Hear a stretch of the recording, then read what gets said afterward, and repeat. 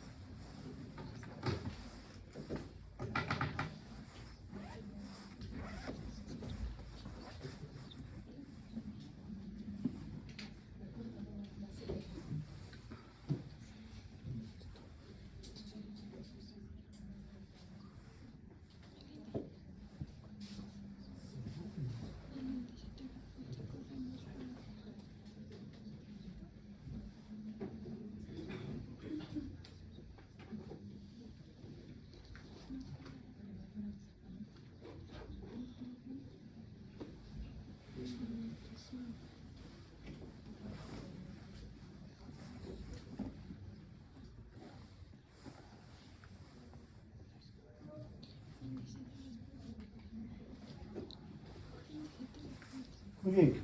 ¿Cuál es la respuesta, chicos? La C. Curva 2 y respuesta logarítmica graduada final. Muy bien, yo es que es fácil. La siguiente.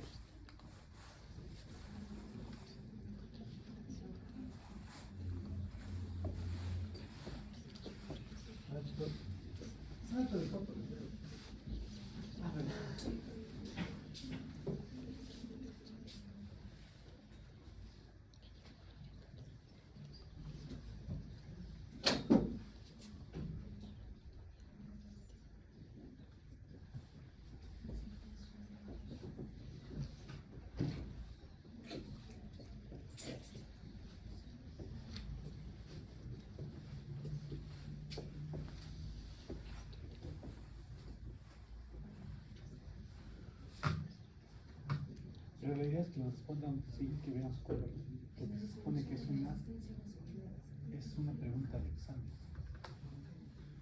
No tiene razón que me digas viendo tú, porque no las vas a ver. Bien, ¿cuál es la respuesta? Ya, vamos a ver, voluntario. ¿Quién quiere responder? Sin miedo, niña. Dime la respuesta nomás. La C. ¿Quién más quiere responder? La A. ¿Quién más? Concuerdo con eso. La C. Muy bien.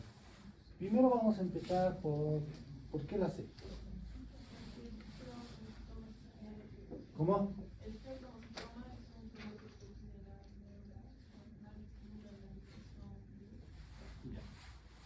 Ahí hay un problema, que tú no empiezas, tú empiezas por ya. ¿Por qué la C, Creo que es porque la fenoxibesametamina es un antagonista adrenérgico. Entonces, un antagonista adrenérgico directo, entonces va a disminuir la liberación de epinefrina.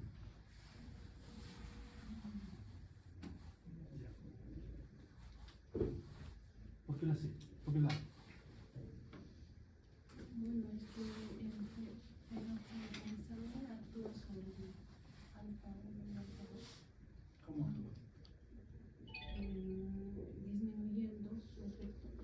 Entonces, para que disminuya la poscarga es necesario disminuir las sensaciones.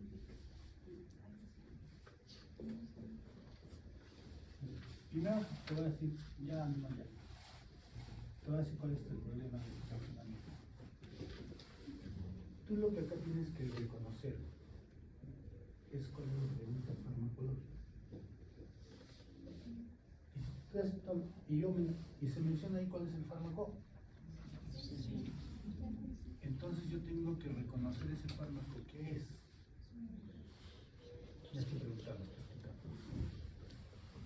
Entonces, tú estás partiendo de los distractores de la pregunta. ¿No? cierto, se usa en lo que tú sabes la pregunta. Entonces tú estás partiendo de... Yo ya les he dicho que la pregunta, ustedes en la pregunta tipo caso clínico deben identificar cuál es la pregunta farmacológica, ¿no es cierto? Entonces, ese es uno. Y el tuyo, tu razonamiento está bien, pero tu respuesta está mal. El tuyo, tu respuesta está bien, pero te falta argumentar. Si tienes la idea, pero está bien, pero te falta argumentar. Entonces, cuando ustedes ven la pregunta, dicen, ¿de quién estamos hablando acá? Entonces, lo primero que yo tengo que hacer es identificar qué cosa es eso. ¿Qué es la fenoxibenzaína?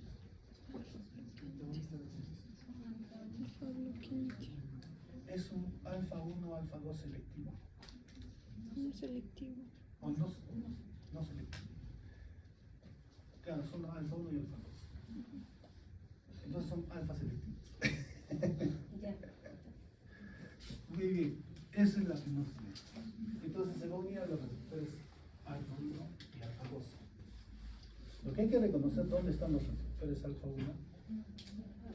Generalmente está en la neurona presináptica, ¿no? ¿Y el alfa 1 dónde está? ¿Qué hace el alfa 1? ¿Y si lo bloqueo? Entonces, ¿qué vas a hacer? Va a disminuir la resistencia periférica vascular. Es una pregunta de farmacología, pero en un entorno de una pregunta de un caso clínico. ¿Ya? Pero tienen que reconocer cuál es la pregunta de farmacología. ¿Sí? Tenía más, pero esas dos para que más o menos. Nada más, si no ya se van a estar el examen.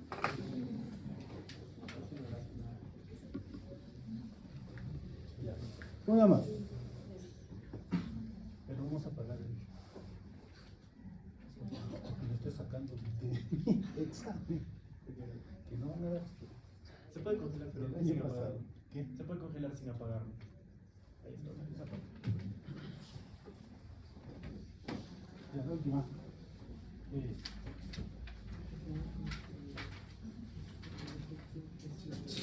Bueno, pero no importa, igual puedo cambiar la pregunta, ¿no? Pero para que ustedes,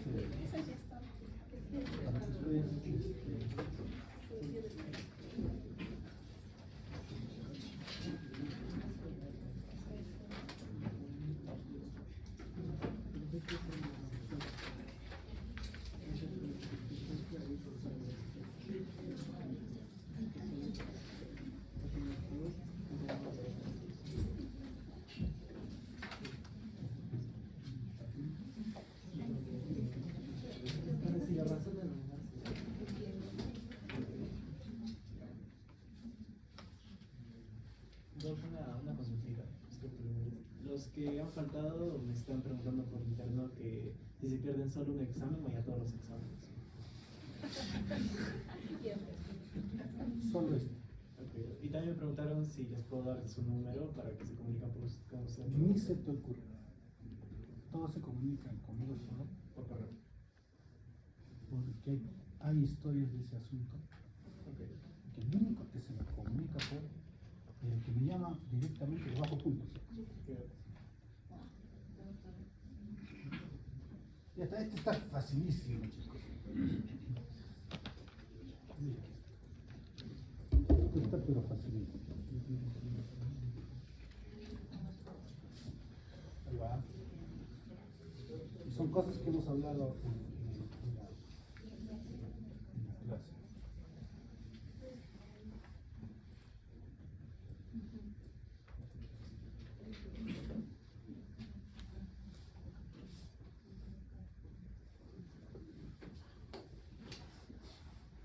Este es fácil, ¿eh?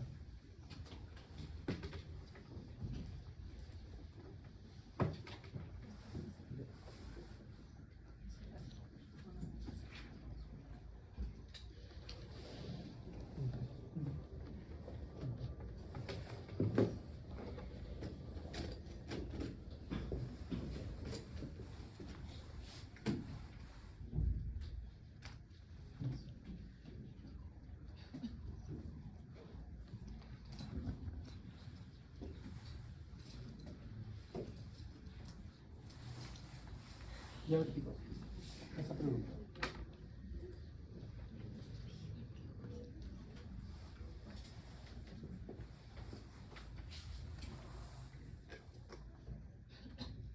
Adrián. Este es fácil, ¿no?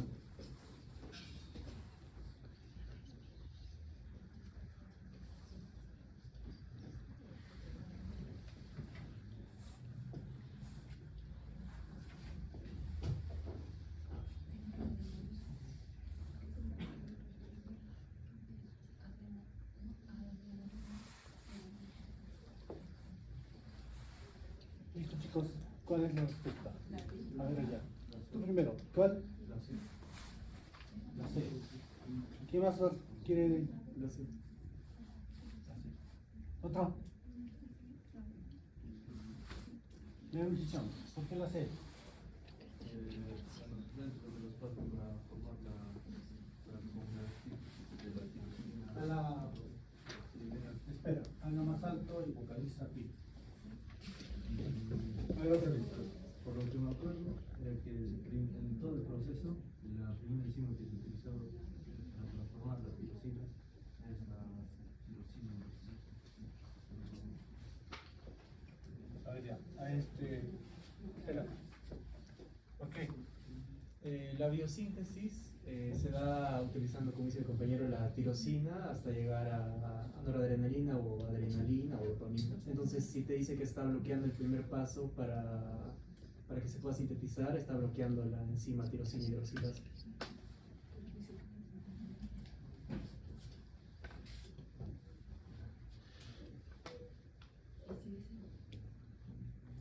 Esta es la clave de la pregunta.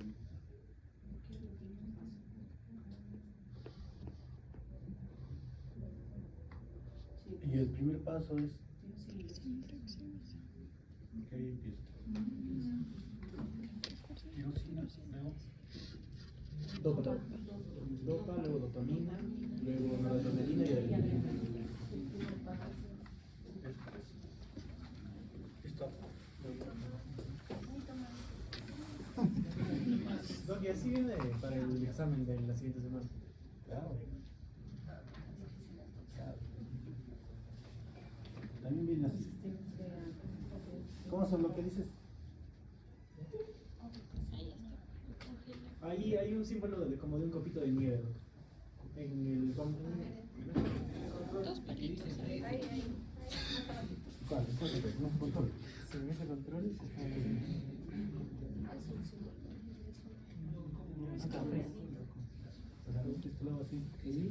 y ahí sale que está en pausa. El de esquinita sale que está en pausa. Y si lo mueve ya no se va a mover aquí.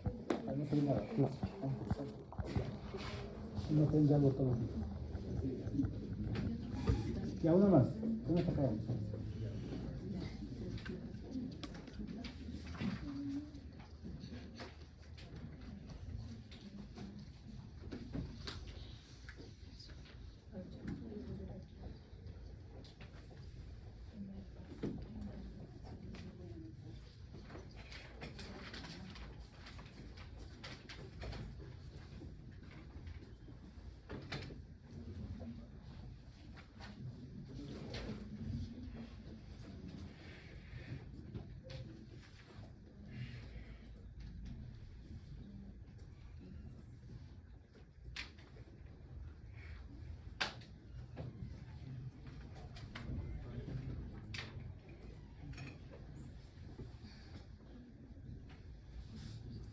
Entonces, aquí vamos a hacer.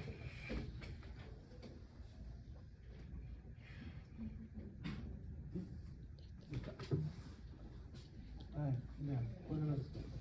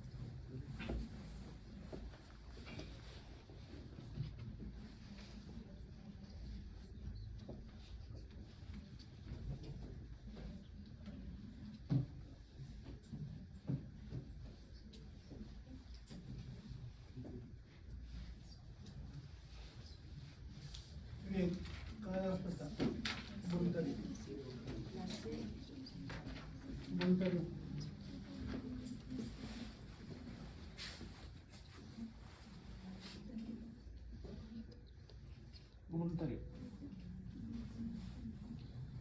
Nadie. Ya. Nadie. La C. Aumento. No, la C ya. ¿Quién más? La C. ¿Quién más? ¿Alguien más? ¿Quién más? Acá chicos, ¿quién? ¿La D? ¿Cuál? No, entonces. La D. La D. Allá. La C también. ¿Alguien más? ¿Por qué la C?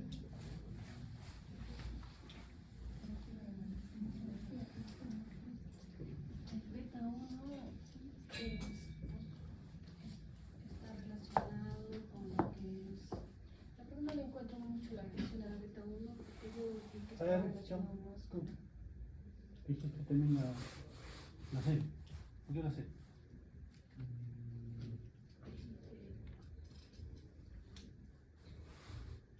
¿Por qué la D? Es la D porque los receptores B1 están en el corazón, riñón, específicamente los riñones. Y si va a estimularlos, va a aumentar la secreción de renina.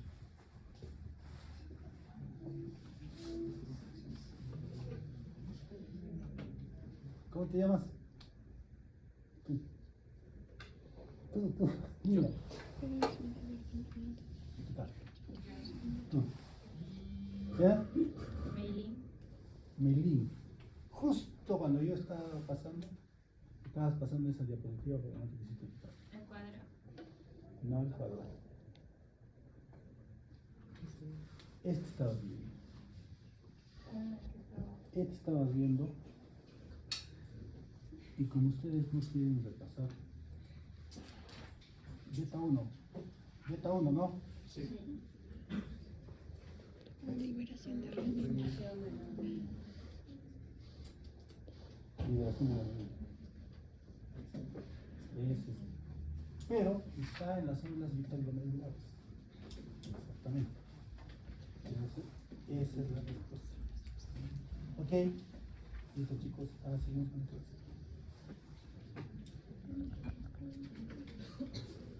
Entonces tenemos que hacer hoy día colinérgicos, si no me recuerdo, agonistas agonistas.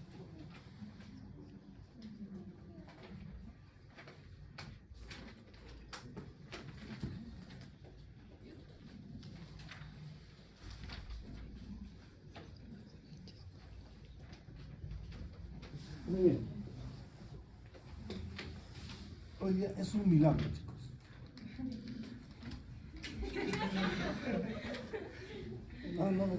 No, por favor, no fue eso. Recuerda que las semanas pasadas tenía que correr para cambiar la diapositiva, porque le había perdido su controlador. Oye, yo hoy día apareció en mi maleta. Yo lo he buscado 500 veces en mi maleta, nunca lo he encontrado. Muy bien, chicos, ahora vamos a ver la segunda la parte de los análisis cognitivos.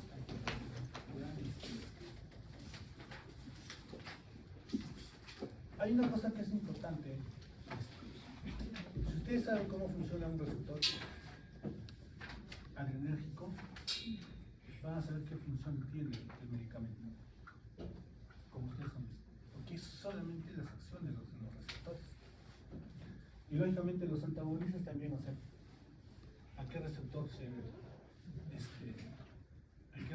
a unir, ¿no? Y qué efecto contrario va a tener. Eso lo saben los receptores, ¿no? Muy bien. Los agonistas colinérgicos, al igual que los antagonistas, también se clasifican en los de acción directa y los de acción indirecta. Igual que los adrenérgicos, bueno, los de acción directa serán aquellos que actúan sobre los receptores. ¿cierto? Tanto muscarínicos y principalmente químicos. Y por tanto, los de acción indirecta son aquellos que de alguna manera van a hacer que el efecto por el neurotransmisor estimule más a su receptor, de alguna manera. Muy bien. Entonces, esta es esto es la vía. Lo importante de esto es que una vez que llegue acá el receptor, una vez que se una la acetilcolina a su receptor, tiene que ser metabolizado. O sea, el receptor no puede estar,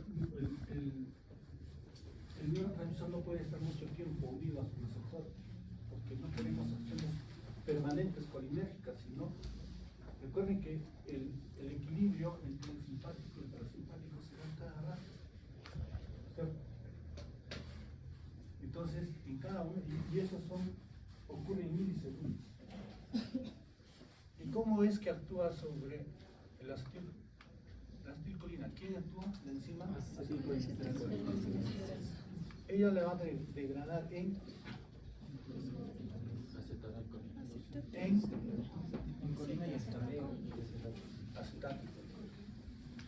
Y la colina otra vez va a ser recaptada para reutilizar, ¿cierto?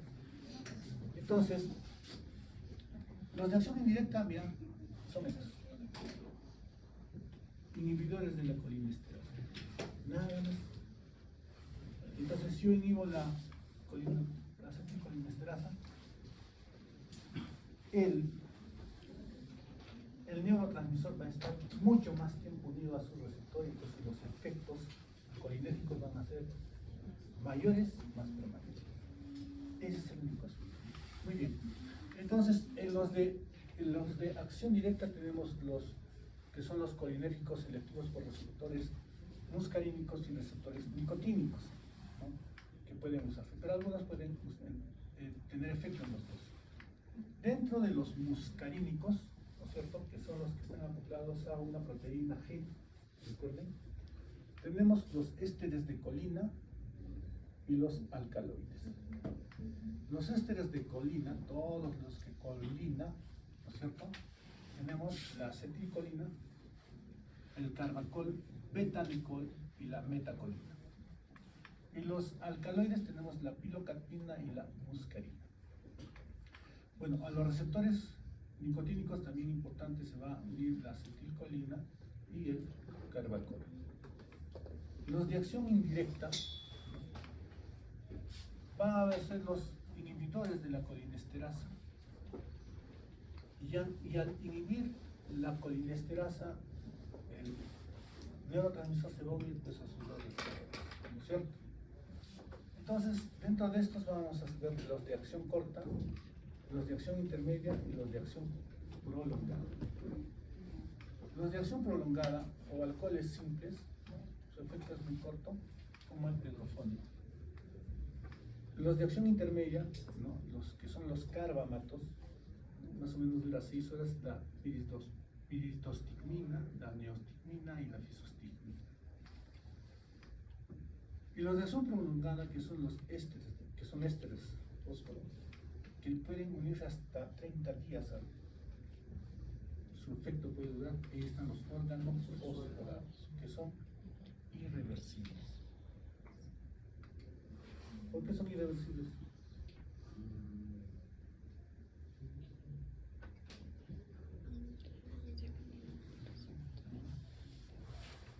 ¿Su nombre? ¿Su nombre? Javier. David. ¿Por qué son irreversibles, David?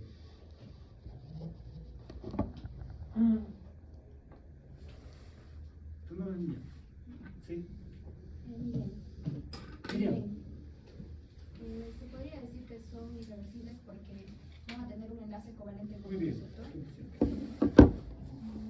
Es porque tiene un enlace covalente. Es irreversible. Bueno, yo creo que se pueden usar en la terapia.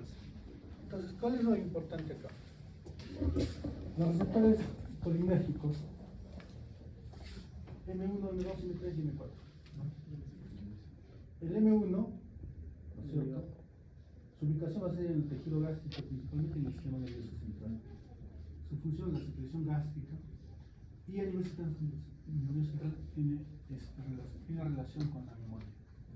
Los receptores M2 están ubicados en el corazón, en el músculo liso y en el sistema nervioso central. Su función principal es que van a disminuir la función cardíaca.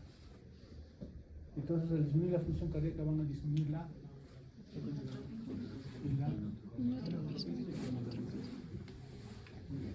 Los M3 están ubicados en el músculo liso. En el músculo liso y a nivel glandular. ¿Cuál es la función? La contracción y la secreción. Pero en el músculo pulso, los M3 producen relajación. Porque es indirecta su efecto. Por la secreción de oxidación. Los colinérgicos no, cuando están en la circulación, se unen a al endotelio. ¿Ya? Pero los receptores M3 están en el músculo liso vascular, fuera del endotelio.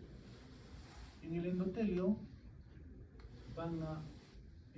se va por estímulo va a producir más óxido nítrico. Ese óxido nítrico va a pasar a las células musculares y va a relajar. ¿Sí?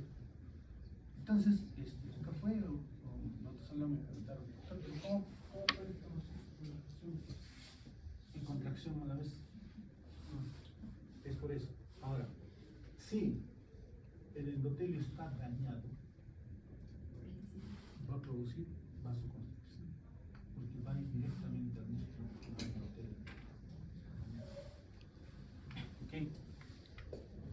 Y los M4 principalmente están muy tiene que ver con el aprendizaje y los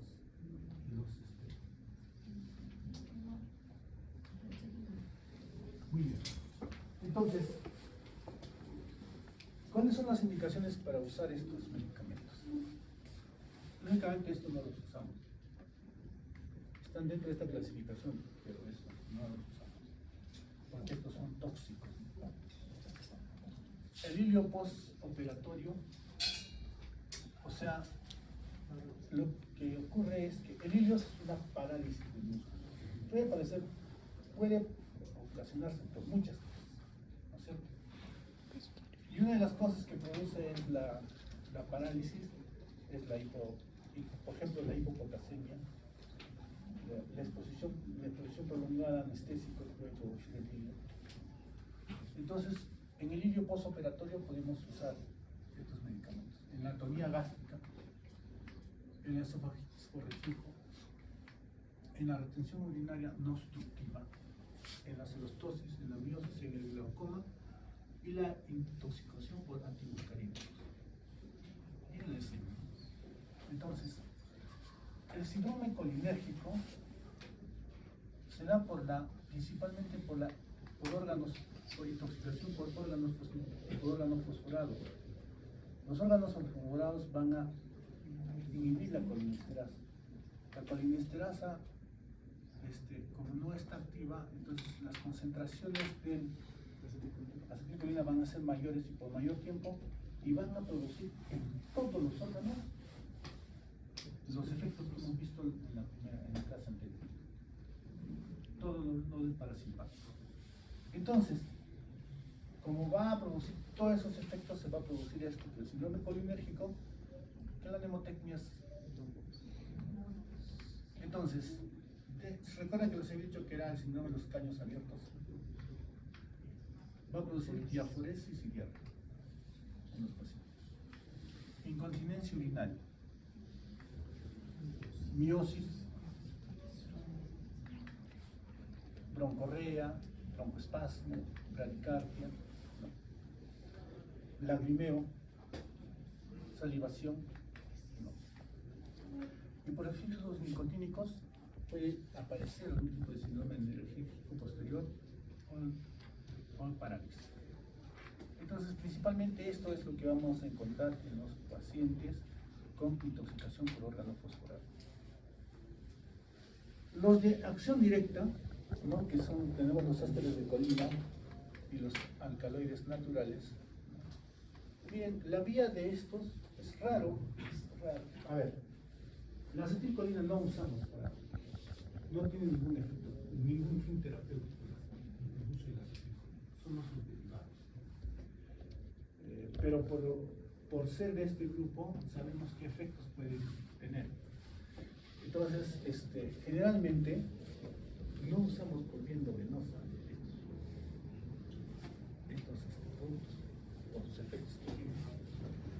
Y además porque también rápidamente pueden ser metabolizados por una enzima que está, la pseudocolinesterasa, ¿recuerdan? Y eso está en la circulación. Si tú metes a la vía cualquiera de estos, tendrías que poner un inhibidor de la pseudocolina. Pero bueno, no tenemos ningún. Por eso, como ustedes ven, prácticamente todo es. Y ahora los tópicos, su uso. Bueno, los ésteres de colina, esta es su vía. El carbacol es tópico, es su tiempo de acción. El betanicol también y la pilocarpina. Finalmente, la vía oftálmica es que vamos a usar. Los efectos adversos que van a producir es lo mismo, ¿no? O sea, es lo mismo que un síndrome colinérgico, pero con menos intensidad. El paciente va a producir náuseas, vómitos, miosis, enrojecimiento. La pregunta era, ¿por qué produce un enrojecimiento, doctor, si M3 produce vasoconstricción? La selección de óxido nítrico. Eso va a producir la vasodilatación y se va a poner rojizo. Por eso. Entonces, ¿dónde estamos? Enrojecimiento, sudoración, salivación, lagrimeo, disnea, transitoria, radicardia, puede llegar al shock, palpitaciones, hipotensión, infección, defecación, ¿no es cierto? Todo eso. Alteraciones del acomodo, hipertensión arterial, delirios, particularmente con la pilocarpina. Entonces, las contraindicaciones del uso de todos estos van a ser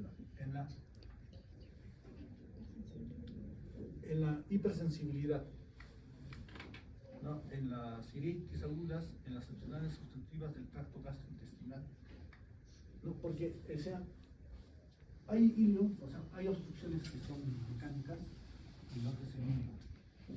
Si tú tienes una obstrucción mecánica puede ser, por ejemplo, un vólvulo. Esa es una obstrucción, una intussuscepción. Esa es una obstrucción. Un tumor. ¿Qué más podemos ser? Un cálculo enclavado en la válvula ileocecal, un cálculo vesicular. Porque cuando una vesícula tiene mucho tiempo inflamada, ¿no es cierto? Puede entrar en contacto con el intestino y esa inflamación finalmente hace que se produzca, ¿no?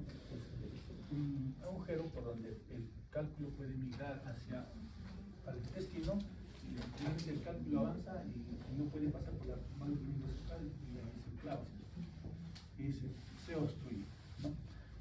Cuando es obstructivo no usemos esto, porque va a ser peor el problema, porque le estamos haciendo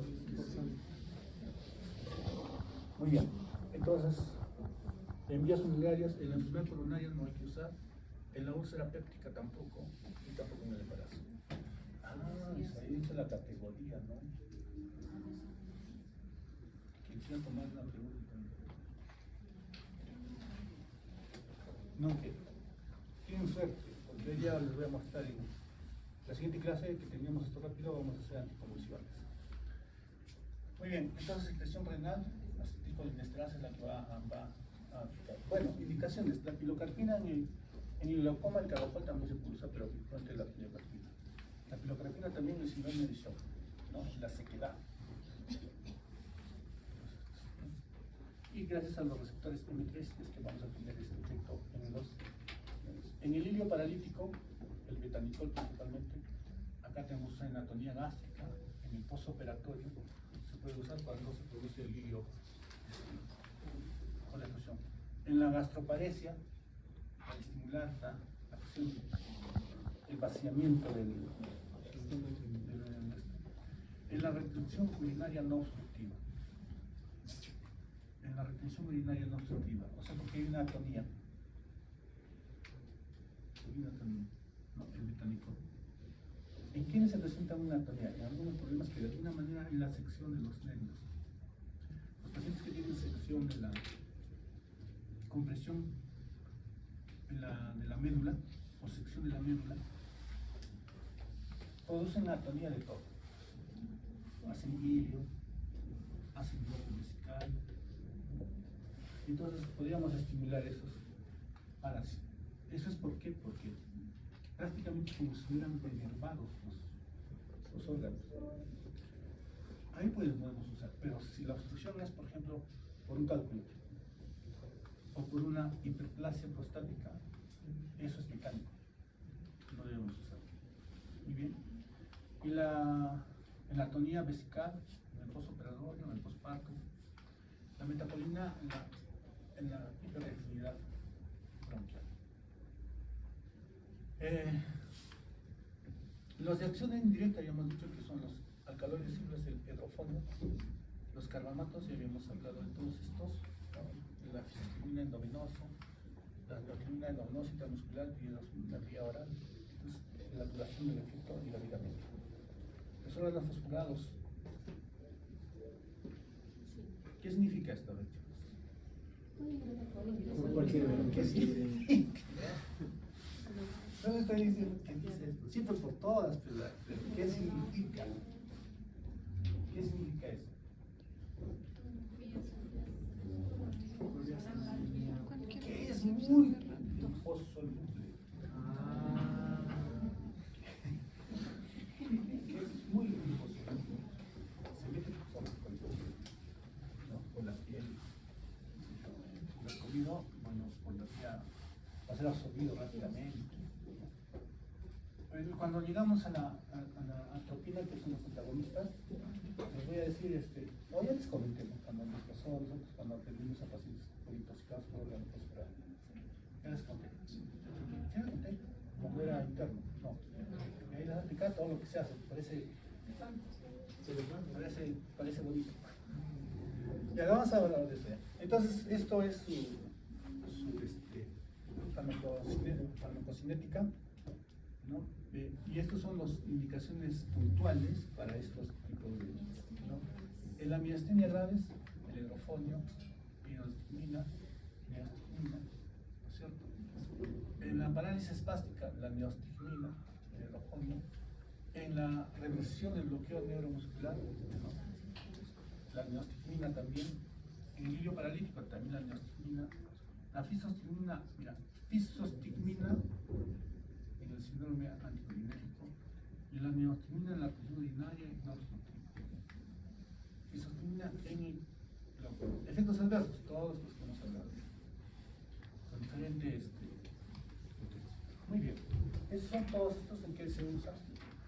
Y los antagonistas colinérgicos, ¿no? Tenemos los alcaloides naturales, ¿no? Que son la atropina, la escopolamina, que van a hacer el efecto contrario de lo que hemos visto ahorita. Los efectos, es casi pues como un efecto enérgico, que va a hacer exactamente lo contrario. Los semisintéticos, ¿no? Hemotropina. Luego tenemos la metilhematropina, metilescopolamina, multiescopolamina y la iosina. Estos son antagonistas, significa que van a bloquear a los receptores, ¿no es cierto? Bien. Levanten la mano quien ha tenido un cólico alguna vez. Todos. Ya han tomado la iosina, ¿no? Sí. Y les han calmado. ¿Saben por qué les ha calmado? Porque ha bloqueado los receptores M. Los M3 son los que estimulan el peristaltismo. Y eso es los receptores. Entonces, usas la escopolamina, ¿no? La escopolamina, la iosina. Inhiben eso, entonces se relaja el músculo, no hay contracción, no se van los cólicos. Pero te das cuenta que cuando usas eso se te seca la garganta. ¿Lo cuento o no? Sí. Se te seca la garganta. Eso es por el efecto contrario. Muy bien, entonces los sintéticos, tenemos el hipratropio, que es importante el hipratropio porque el hipratropio lo usamos ahorita vamos a ver, en la enfermedad obstructiva pulmonar crónica. Es el medicamento prevención. Luego puedes aumentarle si quieres un beta-2 agonista para mejorar el trabajo. Y la otra cosa, y también podemos, lo usamos en el asma, pero como coadyuvante, que no es principal, porque el principal son los antiinflamatorios y los beta-bloqueadores. Muy bien, tenemos la tropicamina, benzamina, diazepina, picamina. Estos son más selectivos. Esto lo van a poder ver en un cuadro, los que tienen bien por YouTube. Ahí hay un cuadro y explica extensamente todo esto que aparece. Esto no es en un paciente con síndrome colinérgico, porque el paciente con síndrome colinérgico no sabe la cantidad de ampollas que usamos. Eso les voy a explicar. Esto es en cualquier persona, ¿no? Por ejemplo, a ti, a mí.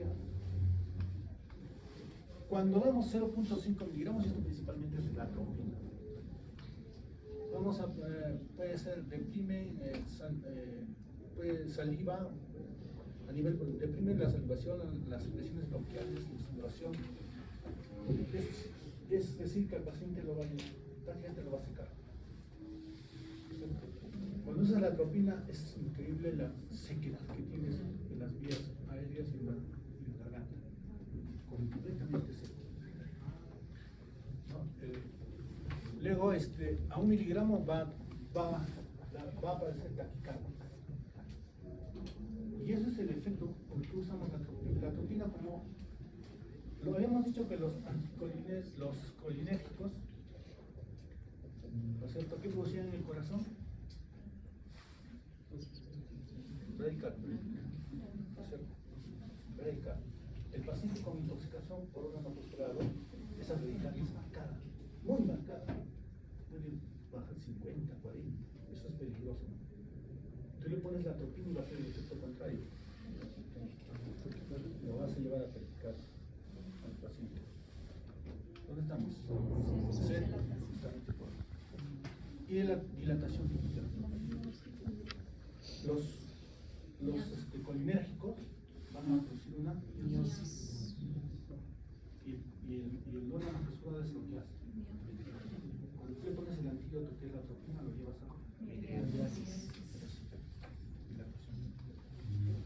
a los 2 minutos más, dificultad de acomodación, palpitaciones, es lógico porque aumentan la temperatura de palpitación. A los 5 minutos inhibe la micción, ¿no? Y nuestro paciente estaba con incontinencia urinaria. Le doy esto, voy a controlar eso. Inhibe la motilidad. Nuestro paciente está con diarrea, con el síndrome colinérgico, porque el peristaltismo está aumentado. Y como el peristaltismo está aumentado, tiene sus cólicos.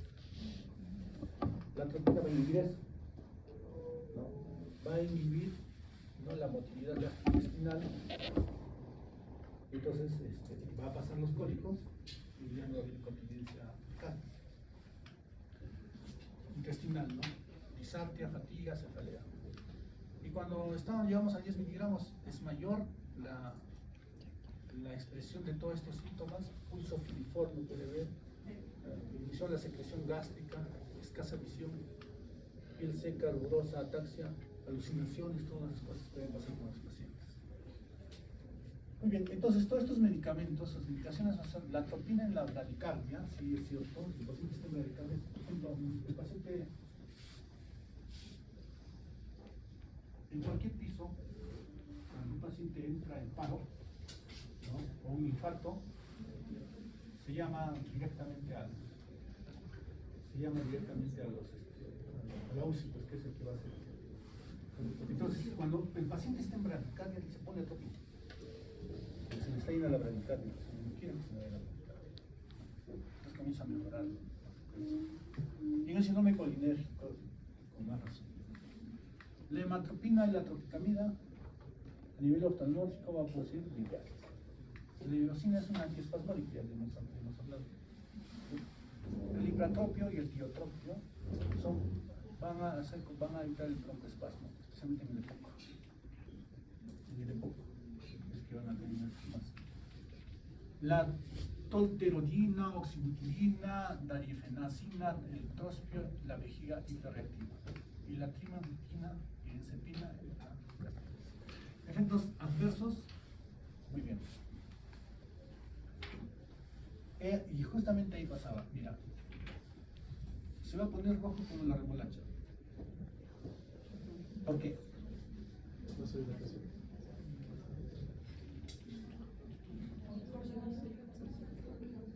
¿Por qué? ¿Pero por qué? Receptores. No, ya, no, ya. Ya no tiene nada que ver el óxido nítrico. Este es un antagonista, no es un agonista, ¿no? Tiene nada que ver con el óxido nítrico. A ver, bueno, oye, doctor, y justo por eso fue la pregunta de esta compañera del día lunes. Doctor, no entiendo, pero si el síndrome colinérgico se me pone rojo, y cuando le doy el antídoto también se me pone rojo. No se entiende, ¿no? Sí, le dije, tiene razón. Parece contradictorio. Pero lo que pasa es que el colinérgico va a actuar por el óxido nítrico. ¿No es cierto? Y va a producir vasodilación. Porque si ese se uniera al M3 que está en la musculatura del vaso, produciría vasoconstricción. Pero no llega. Pero el antagonista sí va a llegar al M3. ¿El M3 qué hace? Y si le pongo el antagonista va a ser esta es la explicación. ¿Entienden? Esa es la explicación. Porque cuando si tú te percatas, y como se percató tu compañera, o sea, en el síndrome colinérgico también se pone rojito. Pero cuando le doy el antídoto también se pone rojito. Eso. Por eso. Por eso dicen cómo se pone rojo como la remolacha, seco como el hueso, seca todo, ¿no? Sigo con un murciélago porque sabes, no es nada. Caliente como el fuego y loco como una cabra. Porque el paciente sí puede delirar, alucinaciones, puede tener. Bueno, son reversibles serostomía, estreñimiento, visión borrosa, dispepsia, alteraciones cognitivas, obstrucción urinaria, digestiva, complicaciones en la glaucoma, el ámbito cerrado y en la hiperplasia de próstata. Muy bien. Entonces, ahora les voy a explicar. ¿Cómo viene un paciente con síndrome colinérgico? Me acuerdo, estaba en mi rotación, creo que era mi rotación de diciembre, ¿no? Sí. Estaba en la emergencia, y ese no estaba acá. Era agosto, Santiago. ¿No? Entonces llega una familia, ¿no? Eran como 8 personas. Y nos llevan a todos llevan a la emergencia y dicen, ese paciente han comido papa curada. Y la papa curada es la que se usa como semilla y la que tiene los insecticidas y tiene órgano fosforado. Habían preparado su sopa, habían comido eso. Toda la familia llegó con síndrome colinérgico y llegó, como dice acá, cuando tú te acercas, tú ves al paciente, ¿no? Lo vas a ver húmedo, bañado en sudor, ¿no? Saliendo espuma por la boca, por la ceborrea, por la broncorrea, ¿no? Y en algunos así con dificultad para respirar. Y lo ves a los ojos y ves una punta de lápiz. Así. Y algunos pacientes ya se habían identificado. Otros habían orinado. Y entonces vas a atenderlo. Y nosotros entusiastas estamos diciendo, no, de momento, pónganse guantes, pónganse mascarilla. ¿Por qué? Porque en sus sudores este órgano fosforado. Por su aliento sale el órgano fosforado. O sea, si tú lo tocas sin guantes, el órgano fosforado va a entrar porque es recontra liposolúvel. Y tú vas a ser colinérgico. Tienes que estar tu máscara para no respirar directamente. Muy bien. Entonces, antídoto, ¿cuál es el antídoto? Esto es una persona sana. En un paciente tienes que usar la cantidad de ampollas necesarias para revertir el síndrome colinérgico. ¿Ok? Y no con todos la misma cantidad. Con algunos puede ser y con otros a necesitar un montón.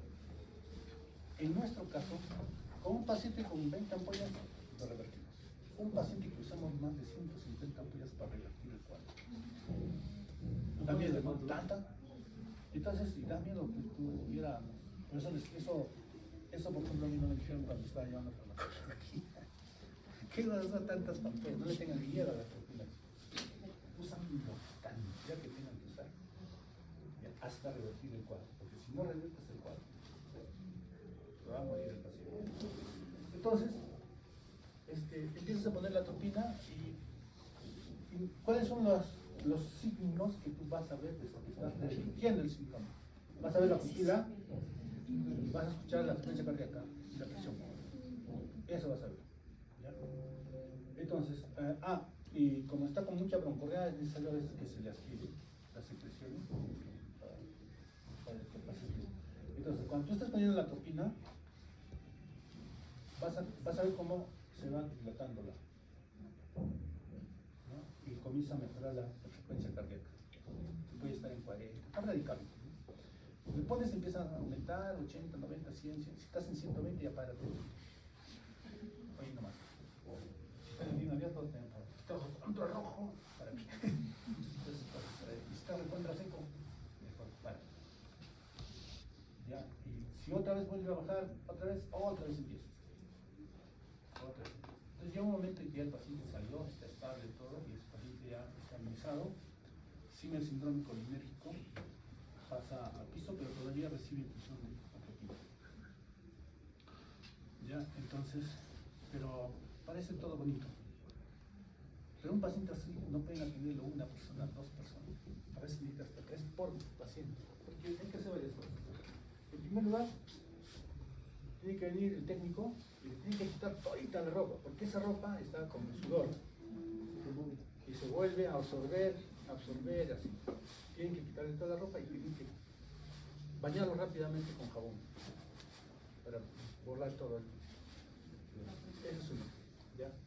Entonces la primera canaliza la vía rápidamente y entonces se rompen las ampollas. Cargas y ves la atropina endovenosa. Y pones unos cuantos en la vía. Si necesitas, hay momentos en que necesitas cada 5 minutos 2, 3, 4 ampollas. Cada 2 minutos. Porque si está pasando 1 minuto, le has puesto 5 ampollas, pues sigue así, 2 minutos, otra vez le tienes que poner, seguir poniendo. Alguien está rompiendo. Porque el otro tiene que estar rompiendo. O sea, es un montón de personas, ¿no? Y son bastantes los pacientes. Se le tiene que tomar no es una sonda, pero es un tubo oro gástrico para hacer lavado gástrico, o sea, para sacar todavía todo lo que está en el estómago, porque si no va a seguir absorbiendo, ¿no? Y nosotros usábamos una manguerita, esas tipos, bueno, ustedes han visto, antes cuando habían esos aparatos para hacer enemas, traían unas mangueras flexibles, ¿no es cierto? Un poquito gruesas, de ese tipo usábamos, lo metíamos de frente, ya no te importa si dañas algo ahí, tienes que meter, se va a morir. Y poníamos un embudo encima, y con agua del caño. Ajá. Y con el aspirador conectábamos, sacábamos todas las... Sale de contra amarillo todavía por el órgano fosforado. Y vas a hacer esto hasta que te salga claro. Y haces todas esas cosas. Para que... Entonces, no hay que tener miedo. Uno de los asistentes me decía, Hipólito, no tengas miedo a la atropina, es un medicamento noble, que no tiene techo. Mientras el paciente está con el síndrome colinérgico, no tiene techo, hasta que lo reviertas. Muy bien. Ya hemos terminado con esto, ahora vamos a hablar del orden. Hasta acá va a venir el examen. Sí. Muy bien. Ahora vamos a hablar de otro tema, vamos a entrar a lo que es los anticonvulsivantes. ¿Quieres? 8:43. No hay break. Vamos a ver.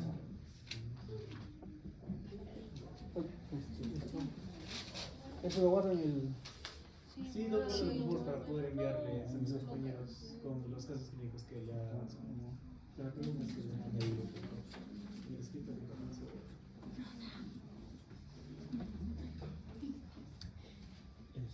No, pero antes de eso,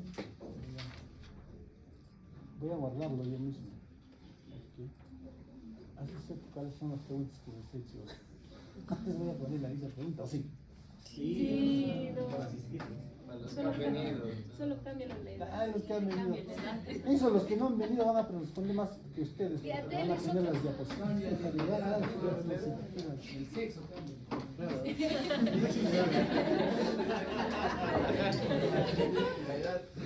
Tú eres, ¿quién dijo eso? Sí, pues, no, es una broma, es una broma. ¿Quién dijo eso? Tú, ¿no? Él es que cuando va al censo y le preguntan, sexo, 4 veces por semana. ¿No?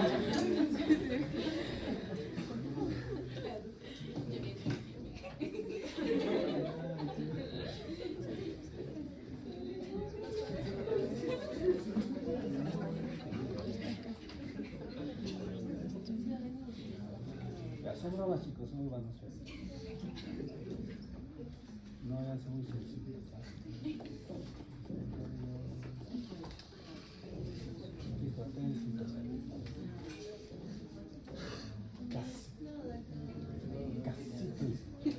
Eso también si quiere guardarlo. Los exámenes.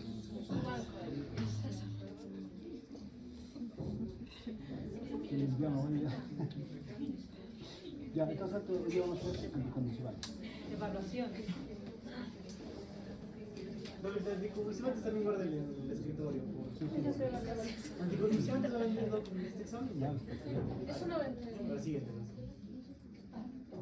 Doctor, evaluaciones conmigo.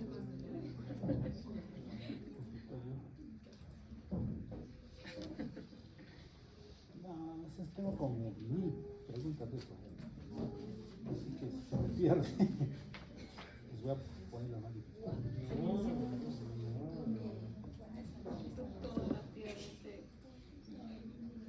Ya, ahora sí. Muy bien, chicos. Hoy día vamos a continuar y vamos a hablar sobre los anticonvulsivantes o antiepilépticos.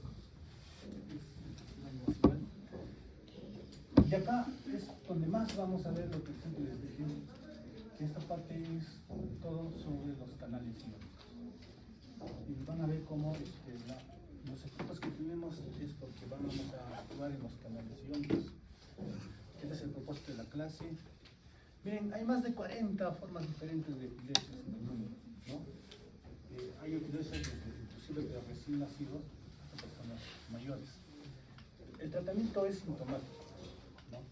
Puesto que si bien los fármacos disminuyen o inhiben las convulsiones, no se cuenta con una profilaxis eficaz ni con un método de curación.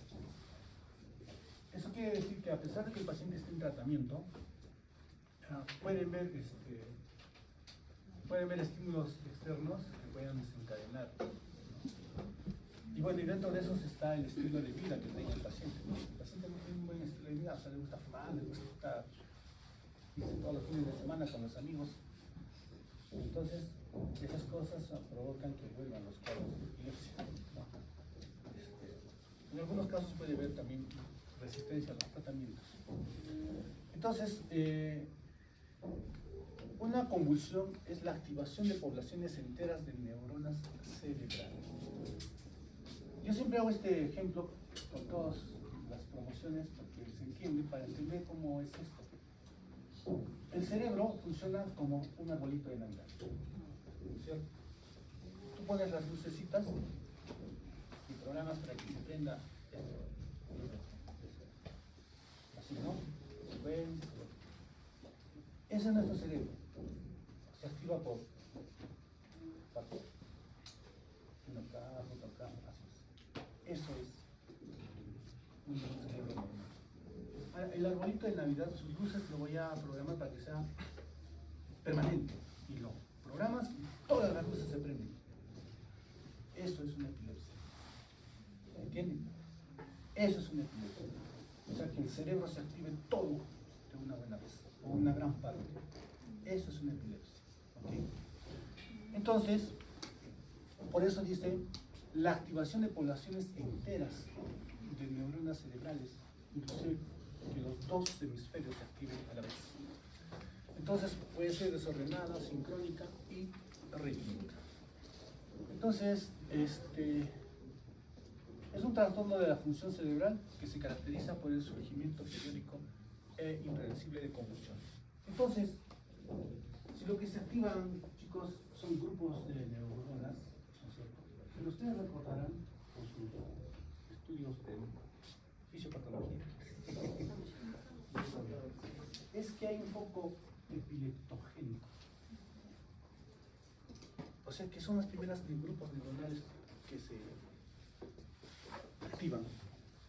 Y ese foco epileptogénico transmite a todas las neuronas para que se activen todas ellas. ¿Entienden? Entonces, ¿qué es una epilepsia? Es una transmisión nerviosa. ¿No es cierto? Y si es una transmisión nerviosa fluida, sí. ¿Mediante qué? Contra los receptores activadores. Inhibiendo el sistema activador. Parece contradictorio. Inhibiendo el sistema activador y activando el sistema inhibidor. ¿No es cierto? Porque si yo inhibo los canales de sodio, que tiene que ver con el sistema activador, ¿no es cierto?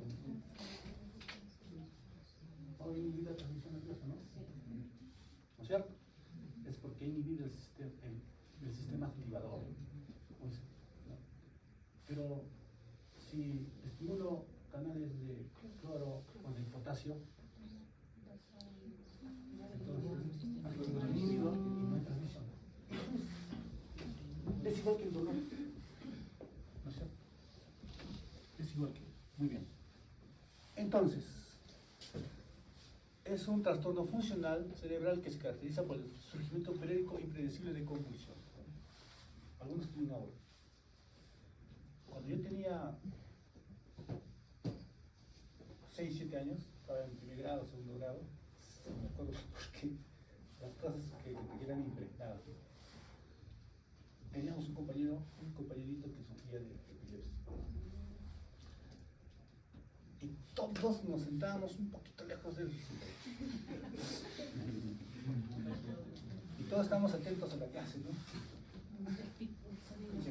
Y cuando escuchábamos el grito, porque el aura, cuando sienten el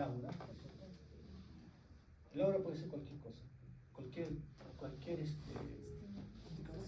cualquier sensación sensitiva, eso es muy cerebral. Cualquier estímulo sensitivo, o sea, puede ser visual, puede ser olfatorio, o sea, puede ser acústico, ¿no? ¿Recuerdan esa serie de Pokémon en Japón produjo convulsiones en los niños por los efectos visuales? ¿Recuerdan?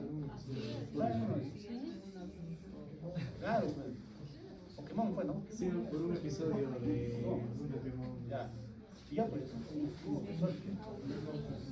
Bueno, entonces, ¿qué ocurría, chicos? ¿No? O sea, cuando nuestro compañerito daba un grito, pero es un grito así desgarrador. Y nosotros nos faltaba patas para adelante. Porque ¿sabes qué hacía el compañero? Al primero que nos chapaba, se lo tomaba. ¿Verdad? Oye, ¡pum! Salíamos disparados. Hasta por encima de la carpeta, así, éramos chiquitos, teníamos tantos, 6, 7 años. Pero uno se demoró. Hoy lo cogió. Oye, ¿ustedes saben que estas contracciones son importantes? Esas son contracciones. Porque lo vas ¿cómo se traumado que quedan compañeros? ¿Ya?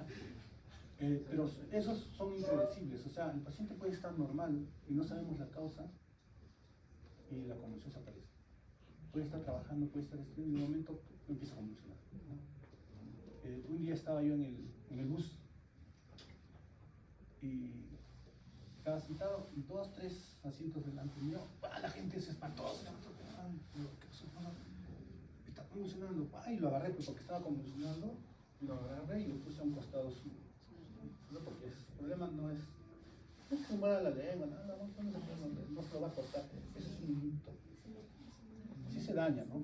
Si se mueve, pequeño matón, pero no va a pasar nada. Lo que pasa es que las secreciones y la misma lengua se puede ir para atrás, o sea, que los costados. Y lo abrazas para que no se dañe. Pero las convulsiones son... ¿Alguien ha matado una vez un gallo? ¿O un pato? No, oye, ¿qué han hecho en su...? Ya bueno. Entonces, las convulsiones de los chicos pueden ser no epilépticas y epilépticas. No epilépticas porque sabemos la causa. O sea, ¿qué está produciendo? Y dentro de estas podemos tener no epilépticas y epilépticas. Cuando ocurre sin provocación manifiesta, ¿no? Y cuando en un encéfalo normal puede ser por electroshock o agentes convulsivos no epilépticas. Porque sabemos que es un electroshock va a producir una convulsión. ¿No es cierto? Ahora, pueden ver también convulsiones, porque el paciente puede tener un aneurisma, ¿no es cierto?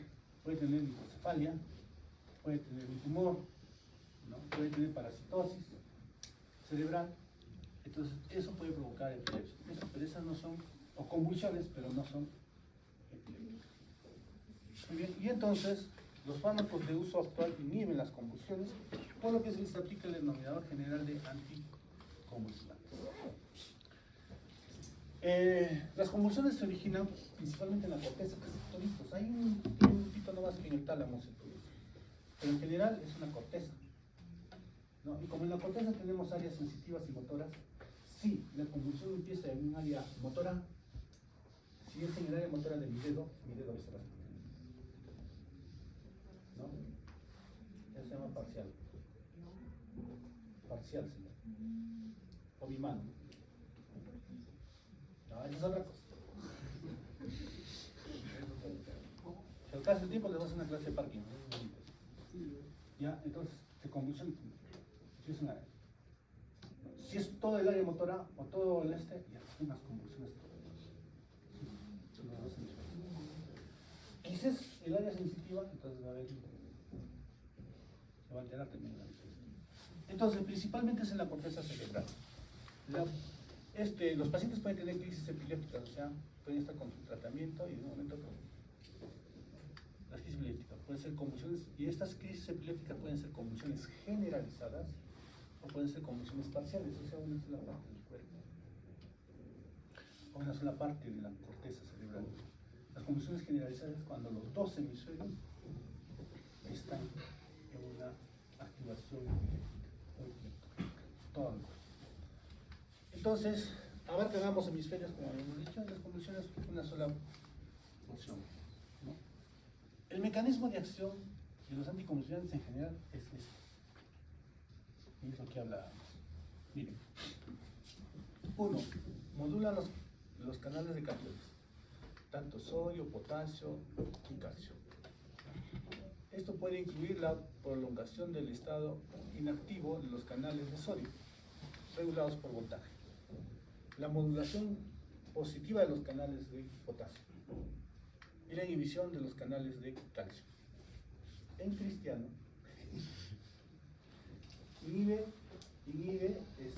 va a inhibir los canales que van a favorecer la liberación del neurotransmisor. Entonces, para que se libere el neurotransmisor, ¿no es cierto? Primero se activan los canales de calcio porque tiene que ver con un potencial, pues. O sea, el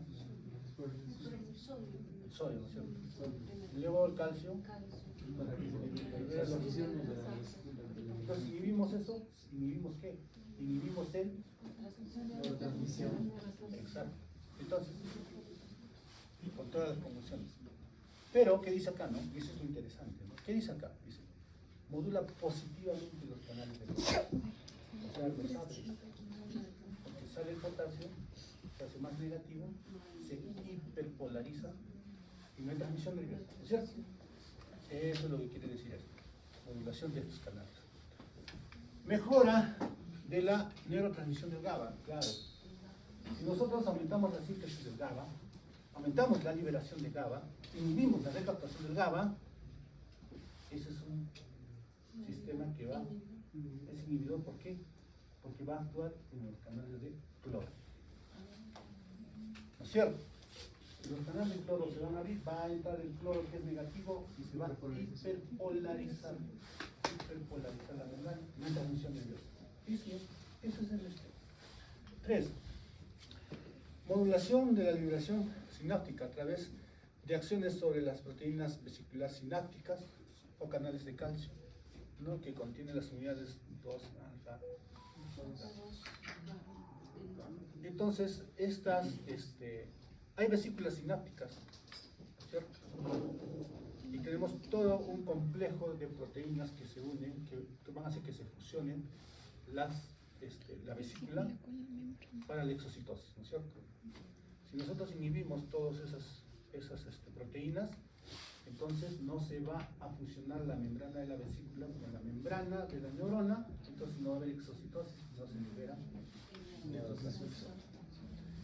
Disminución de la excitación sináptica, mediada por receptores inotrópicos de glutamato, receptores AMPA. Muy bien, esto es en general y acá están este cuadro está en su libro de Goodman. Y a mí me parece, hasta ahora lo uso porque es muy práctico. Y básicamente entonces, ¿en qué se van a clasificar las convulsiones epilépticas? Generalizadas. ¿No? Esa es una presentación. Y las parciales se van a dar en dos tipos. Las simples y las complejas. Aunque ahora usa otro término, ¿no? Condiciones focales, focal consciente, focal con pérdida de conciencia. Si ustedes ven las ediciones anteriores, él nos decía simples y complejas. ¿Por qué simples? Porque no perdía la conciencia. O sea, consciente. ¿Y por qué decía una parcial compleja? Porque se perdía la conciencia. Pero ahora ya ha cambiado, ¿no? Focal, pérdida de la conciencia. Y tenemos la focal, ¿no es cierto? La focal que secundariamente se va a hacer generalizada. O sea, empieza como una focal y se convierte en una generalizada, ¿no? Entonces, acá solamente con la pérdida de la conciencia. En cambio, las convulsiones generalizadas tenemos las de ausencia generalizadas, que también le llaman el petit mal. ¿No es cierto? Pérdida abrupta de la conciencia asociada con mirada fija en el inicio y el final de la actividad continua. Típicamente duran menos de 30 segundos. Es pérdida abrupta de la conciencia. Ahí ni siquiera vas a ver una actividad motora en el paciente. No vas a ver una actividad motora. Las mioclonía generalizada, una breve contracción muscular, ¿no?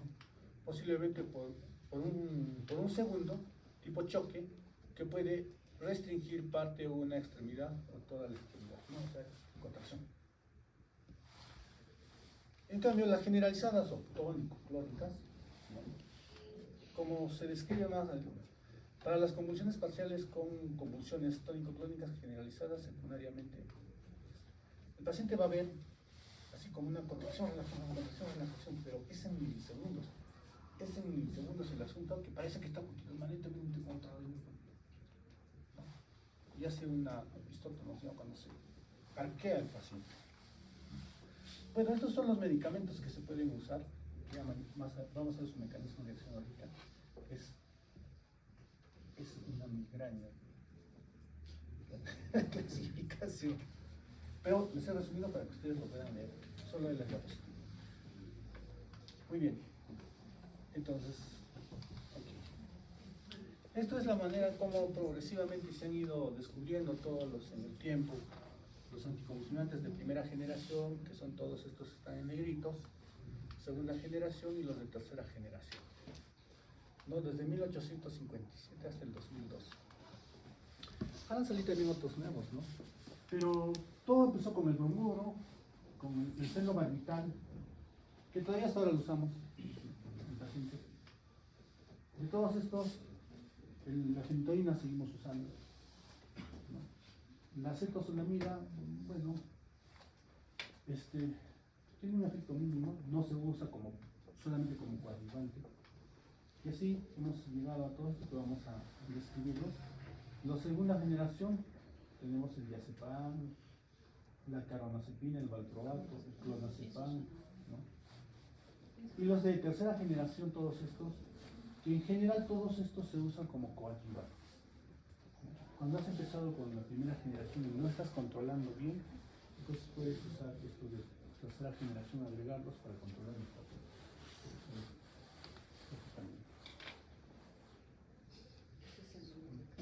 Esto me agradece porque es un resumen de todo el libro. Yo he pasado horas haciendo esto.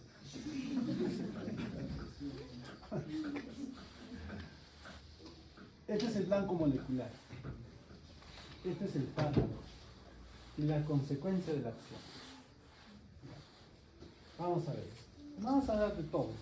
Todo ustedes lo leen. ¿Acaso le vamos a hablar de unos cuantos? Pero aquí está el secreto de todo el mecanismo de acción de los medicamentos, ¿no? Tú sabes este cuadro, pues ya no haces un paseo. Dice, moduladores de los canales de sodio que potencian la inactivación rápida. ¿Quiénes van a actuar sobre los canales de sodio? Todos, la carbamazepina, la motrigina, pilbamato, oxcarbamazepina, topiramato, valproato, ericarbamazepina, rufinato. ¿Cuáles son los más conocidos de acá? La fenitoína, que usamos, el ácido valproico, que usamos, la carbamazepina también, son los más conocidos que se usan. ¿Cuál es la consecuencia de esta acción? Es lógico, ¿no? ¿Qué van a hacer, chicos?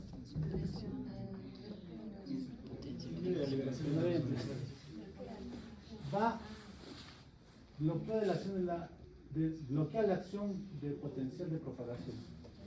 O sea, no hay despolarización. Eso es lo que va a hacer. Entonces va a estabilizar las membranas neuronales. Y lógicamente, si no hay despolarización, no se activan los canales de calcio dependientes de voltaje. Entonces, por lo tanto, va a disminuir la liberación de neurotransmisores, ¿no es cierto? No, el disparo focal y la propagación de convulsiones. Va a disminuir todo eso. Potencia la inactivación lenta, también esto. Tenemos los bloqueadores de los canales de calcio. Es carbamazepina, valproato, mira, el valproato está acá todo, y la lamotrigina. Entonces, si voy a bloquear los canales de calcio, ¿qué va a ocurrir, no es cierto? Va a disminuir la liberación de los neurotransmisores. Va a disminuir entonces la despolarización lenta y el descarga piconio, ¿no? Moduladores de los receptores GABA A. Acá tenemos todas las benzodiazepinas, fenobarbital, felbamato, piridona, topiramato, carbamazepina, oxcarbamazepina, clorafán. Entonces, como vamos a actuar sobre el receptor GABA, ¿qué tipo de receptor es el GABA? No, ¿qué tipo de receptor?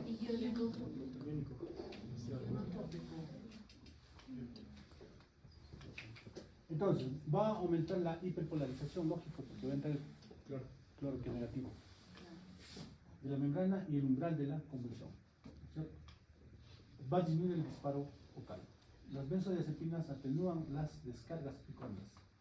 El fenobarbital, carbamazepina, oxcarbamazepina agravan las descargas picónicas. Inhibidores de la absorción, miren, de GABA. Inhibidores de la GABA transaminasa. Esto es algo interesante, ¿no? Esto sería, si hiciéramos una clasificación como hicimos anteriormente, esto sería de acción indirecta. ¿No es cierto? ¿Por qué dice? Inhibidores de la absorción de la GABA. Es igual, ¿no es cierto? Cuando inhibimos la absorción de las catecolaminas, ¿no? hay más catecolaminas, igual acá, ¿no? Se inhibe la recaptación de GABA. Miren, todas las neuronas funcionan así, ¿ah? Porque hemos visto cómo funciona en general una neurona, pues, todas funcionan así. Entonces, si yo inhibo su recaptación, mayor cantidad de GABA en el espacio sináptico, mayor estímulo de sus receptores y hiperpolarización. Ahora, inhibidores de la GABA transaminasa. Vamos a evitar que se metabolice. Por eso, no hay concentración. Tenemos acá la tiagabina y la digapatrina. Aumenta los niveles extrasinápticos de GABA e hiperpolarización de la membrana. Pues lógico, ¿no?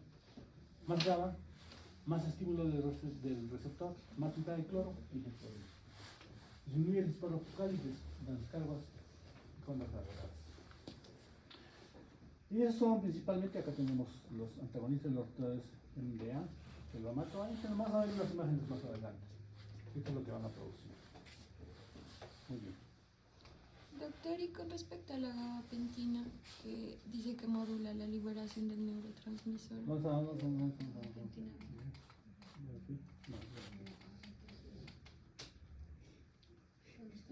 ¿Dónde has visto la gabapentina? Ahí está, en el cuarto cuadro. Ahí está. Modula la liberación de neurotransmisores. Entonces, la gabapentina también va a tener casi como una acción como la GABA. Ahí te vamos a ver en la clasificación de todos. Este es un general. Estas son las formas de los receptores. Esto es cómo actúan los receptores del sodio. ¿No es cierto? Lo que hemos hablado, ¿no? Van a modular la acción de los receptores de sodio, ¿no? Lo van a cerrar, no va a entrar sodio. Igual del calcio, van a disminuir el ingreso de calcio y por lo tanto no va a haber liberación de los neurotransmisores. Este es el GABA, ¿no es cierto? Acá tenemos. Esta es toda la vía del GABA y finalmente ya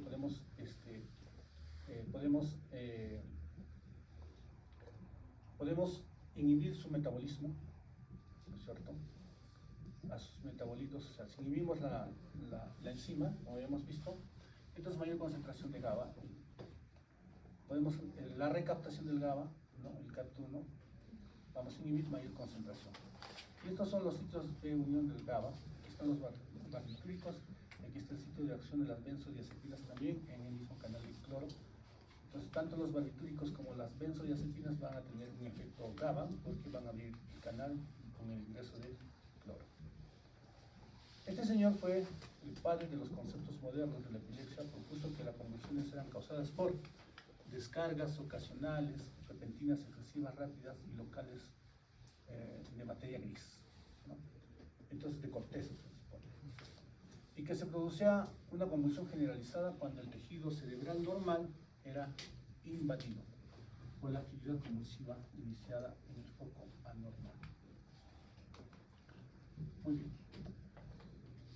El primero que vamos a ver es la fenitoína, que es una hidantoína. La fenitoína vamos a usar, los usos clínicos van a ser en convulsiones focales y en convulsiones tónico-clónicas. Esa va a ser su acción. En las crisis de ausencia no se usa la fenitoína. Con respecto al mecanismo de acción, ¿no? Va a ser una unión preferencial del conducto de sodio en estado activado y su prolongación. ¿No es cierto? Entonces, tenemos acá el canal de sodio está en tres estados. El primer estado, que es acá, como ven, es en reposo. En reposo no hay actividad, no puede ingresar el sodio. Activado es donde el sodio puede ingresar. Y desactivado es cuando la compuerta se cierra, ¿no es cierto? Y entonces no puede ingresar el sodio. Y es ahí donde va a actuar la fenitoína, en el estado desactivado, ¿no es cierto? ¿No? Estudios con neuronas en el cultivo celular muestran que la fenitoína bloquea la repetida activación de alta frecuencia del potencial de acción. Desaceleración, velocidad de recuperación de los canales sodio activados por voltaje. Entonces ahí es donde va a actuar la fenitoína. Muy bien. Entonces la que la compuerta en el sodio no hay despolarización. Entonces, con respecto a su farmacocinética, la absorción de la fenitoína, tenemos una absorción oral lenta pero completa, el tiempo máximo más o menos de 3 hasta 12 horas. La alimentación aumenta su absorción, la nutrición integral suele reducirle, y la absorción errática por vía oral es impredecible por vía intramuscular. También podemos usarlo por vía endovenosa. Con respecto a su distribución, se va a unir a la albúmina en el 90%. En el líquido cefalorraquídeo y saliva corresponden al fármaco libre, que es el 10%. Los efectos anticonvulsivantes se van a lograr cuando tengamos concentraciones de 2 a 20 microgramos por mililitro. Sin la fenitoína, no está haciendo efecto. Lo que pasa es que no en todos los hospitales se hace eso. Tienes que dosar la concentración de fenitoína en el suero. Y tu concentración debe estar acá para tener el efecto anticonvulsivante. Porque si hay concentraciones que están menores, lo más probable es que necesitas aumentar la dosis para llegar a estas concentraciones.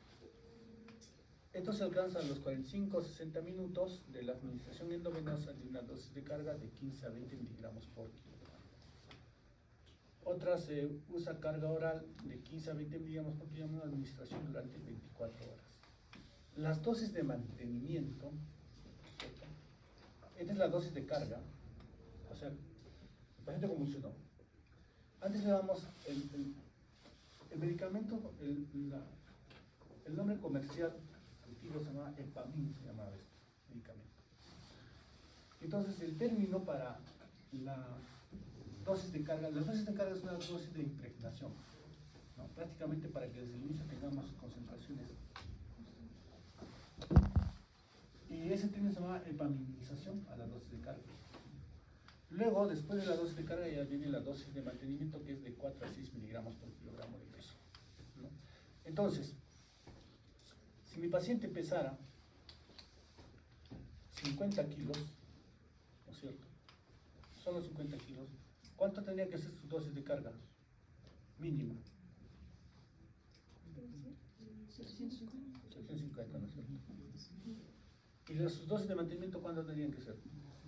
200. Mínimo, ¿no es cierto? Ya. Por kilogramo de peso administrado bien en una dosis o fraccionada en varias. O sea, todo esto es en 24 horas. O si tú le das a 6 miligramos, 6 por 5, 30, y le das 100 cada 8 horas, que esas vienen las ampollas de 100. ¿No? Por eso quedamos más o menos a cantidad de 100 miligramos por hora, porque estás en el margen. Y claro, la dosis de carga sí tiene que ser mucho mayor. Muy bien. Con respecto a su metabolismo, se metaboliza casi totalmente por la hidroxilación y el microsoma hepático a través del citocromo P2C9. El 95% es acá. Es acá, ¿no es cierto? A nivel del hepático. O sea, en otras palabras, casi el 95% o más tiene extracción presistémica de este medicamento. En menor proporción por estos citocromos, y induce también estos citocromos y la glucuronización y el hidroxilación. La expresión se va a eliminar mayoritariamente con la orina en forma de metabolitos, conjugados con ácido glucurónico del centro y en forma inalterada en muy pequeñas proporción, es menos del 5%. Bien, esto ya nos va a preguntar, pero esto va a venir en el examen que les había dicho. El embarazo es categoría D en el embarazo. ¿Qué significa categoría D? Y aquí está, todas las categorías. Eso es para que lo repasen, porque les he dicho que les iba a preguntar. Para que no haya controversias, Yo leí esto, doctor. Yo leí esto, doctor, ¿no? Entonces ahora todos van a leer solo esto. Categoría D significa que estudios adecuados y bien controlados o estudios observacionales en mujeres embarazadas han demostrado algún riesgo para el feto. Sin embargo, los beneficios del tratamiento son superiores a los riesgos potenciales. Entonces tú tienes que decidir ahí. En cambio, el X significa que esos estudios adecuados y bien controlados o estudios observacionales en animales o mujeres embarazadas han demostrado que produce anormalidades fetales. El uso de estos productos está contraindicado en mujeres embarazadas. Entonces, de acá tienes que decidir el riesgo-beneficio en el embarazo. ¿Y sabes en un embarazo por quién te decides? ¿Quién es la prioridad? Porque uno de los indicadores de la salud pública y del desarrollo de un país es la muerte materna. Muy bien, entonces categoría D. Ahora, ¿qué puede producir en el feto, en el recién nacido? ¿No? Se llama síndrome fetal por hidantoínas, porque es una hidantoína la fenitoína. ¿Qué vamos a ver acá? Uñas y falanges hipoplásicas, ¿no? Empalillo y osificación irregular de las falanges distales, múltiples anormalidades del cráneo y la cara, retardo del crecimiento intrauterino, estrabismo e hipertelorismo. Dentro de las anormalidades craneofaciales que vamos a tener, va a ser esto: puente nasal bajo y ancho, epicanto, hipertelorismo, tosis, estrabismo, orejas prominentes, mal formadas y de implantación baja, labio leporino y paladar hendido. Todas esas son características del síndrome por fetal por hidantoína. Si tú has decidido dar esto, bueno, hay que tener cuidado, ¿no? Lógicamente que todo esto se va a producir en las etapas iniciales, pues en la formación, ¿no? Pero en un feto que probablemente ya esté más formado en el tercer trimestre, no vas a tener todas estas complicaciones, ¿no? De repente alguna alteración sigue en la formación de los huesos, porque los huesos todavía sí están en formación. Muy bien. ¿Cuáles son las interacciones de la fenitoína? El folato disminuye su efecto anticonvulsivante, o sea, el ácido fólico, en otras palabras, su uso disminuye su ácido. La carbamazepina disminuye sus concentraciones plasmáticas. El fenobarbital, de forma irreversible, aumenta o disminuye sus concentraciones plasmáticas. El valproato disminuye las concentraciones de fenitoína total, libre más unida a proteínas. Pero hay algunos que dan fenitoína y valproato, ¿no? Es mejor no darlo. Si vas a usar fenitoína, si el paciente no tolera la fenitoína, se puede usar el valproato, pero no lo usamos. El sulfirsoxazol, la fenibutasona y los salicilatos la desplazan de su origen, de su unión a las proteínas, entonces vamos a tener más fármaco libre y más efectos secundarios. El clorafenicol, dicumarol, disulfirán, isoniazida y las sulfonamidas inhiben su metabolismo. La fenitoína disminuye las concentraciones plasmáticas de carbamazepina y el clonazepam por inducción enzimática. Los efectos secundarios que puede haber van a depender de los factores como la dosis, o sea, cuanto más dosis, mayores efectos secundarios, ¿no es cierto? Eso incluyendo estando en esta ventana terapéutica, ¿no? Porque hemos dicho que es de ¿cuánto? ¿De 4 a 6 era, no? Entonces,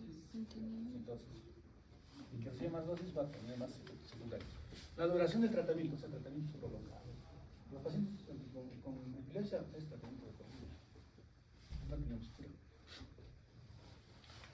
La edad del paciente es importante, estado de los sistemas metabolizadores, el embarazo y la lactancia también. Entonces, ¿cuáles son los efectos secundarios algunos que pueden aparecer? Ocurren en los primeros días y semanas de tratamiento: mareo, sedación, anorexia, náuseas, vómitos, que se previene con el aumento gradual de la dosis, ¿no? También puede haber erupciones cutáneas, síndrome de Steven-Johnson y hepatotoxicidad. Y eso vamos a ver principalmente con lo que voy a empezar es con el aumento de las transaminasas y la fosfatasa alcalina. Entonces hay que estar dosando en estos pacientes periódicamente. Y los crónicos que se van a producir, los principales factores de riesgo para que esto aparezca, o sea, lógicamente va a ser la edad temprana de inicio del tratamiento, ¿no? Porque si empezamos en niños, en adolescentes, ¿no? Entonces vamos a tener efectos crónicos porque van a tomar por mucho más tiempo. Exposición a tejidos en desarrollo, tratamientos muy prolongados, polimedicación y nutrición deficiente. ¿Qué va a pasar en el sistema nervioso central? Va a haber deterioro intelectual, encefalopatía, nistagmo, ataxia, trastorno del movimiento, neuropatía periférica. En los huesos va a haber osteomalacia con hipofosfatemia, hipocalcemia, elevación de la fosfatasa alcalina provocada por inhibición de la hidroxilación enzimática de la vitamina D, interferencia con la absorción gastrointestinal de calcio y la acción del fármaco sobre el metabolismo del folato. En la sangre va a haber anemia megaloblástica y leucopenia, ¿no? ¿Cuándo decimos que es una anemia megaloblástica? ¿Cómo vamos a ver? Vamos a ver sabiendo qué es o sea, las anemias megaloblásticas están dentro de las anemias macrocíticas, ¿cierto? Y las anemias macrocíticas es cuando el volumen medio está por encima de, ese es micras, ese es el tamaño de los, ese es el tamaño de las, ese es el tamaño normal. Entonces, si están anemias serían una anemia normocítica, pero una macrocítica, ¿cómo distingues qué es microcítica? Cuando el volumen corpuscular medio es mayor de 100, es macro. Y las macrocíticas son por deficiencia de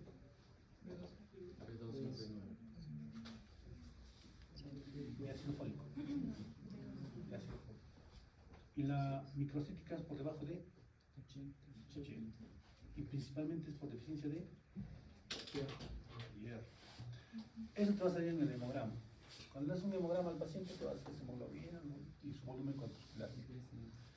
Entonces en el paciente vamos a ver anemias megaloblásticas, o sea, más de su volumen corpuscular medio mayor de 100, y leucopenia. En el piel y tejido conectivo, rash, dermatitis, hirsutismo, acné y facciones engrosadas. En el sistema endocrino, hiperglicemia, disfunción de la liberación de insulina.